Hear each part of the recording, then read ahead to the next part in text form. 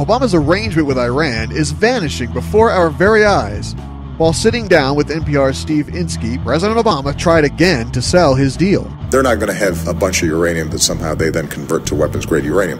What is a more relevant fear would be that in year 13, 14, 15, they have advanced centrifuges that can enrich uranium fairly rapidly. And at that point, the breakout times would have shrunk almost down to zero. So according to Obama, whatever enriched uranium Iran has will be no good by the end of the deal. But by then, they will have the ability to enrich uranium rapidly, bringing their breakout time to the bomb near zero. But yesterday, Marie Harf told us that's not what he really meant. I think his words were a little mixed up there. I spoke to the folks at the White House. It's my understanding that he was referring to, even though it was a little muddled in the words, to a scenario in which there was no deal. So which is it? The president was clearly discussing the terms of his deal, but Marie Harf insists his explanation was, quote, muddled in the words, end quote.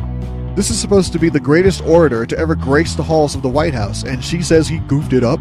He was speaking as if he forgot he had his little arrangement with Iran? That doesn't even make sense.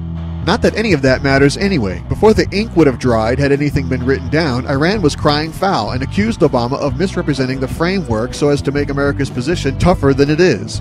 And according to the Fars news agency of Iran, they report that Iran will begin using IR-8 centrifuges once the deal goes into effect. The IR-8 centrifuges are capable of enriching uranium 20 times faster than the IR-1 centrifuges they're using now. And as if to rub Obama's nose in it, Iranian Defense Minister Brigadier General Hossein Dakhwan addressed the inspections we keep hearing Obama talk about. He said, quote, there is no such agreement. Basically, inspection of military facilities is a red line and no inspection of any kind would be accepted, end quote. So if the framework is as Obama says, the Iranians are proudly announcing their plans to intentionally violate it. Obama is either out of his mind or doesn't understand the arrangement, and since leaving Switzerland, Iran, not content with Obama's capitulation, seems to want to humiliate him as much as possible. So on one side, we have an evil, deceitful, lying regime, and on the other side, Iran. Who are we supposed to believe? Thanks for listening, and be sure to catch The Weekly Ray Warner Show and subscribe on iTunes or at theraywarnershow.com.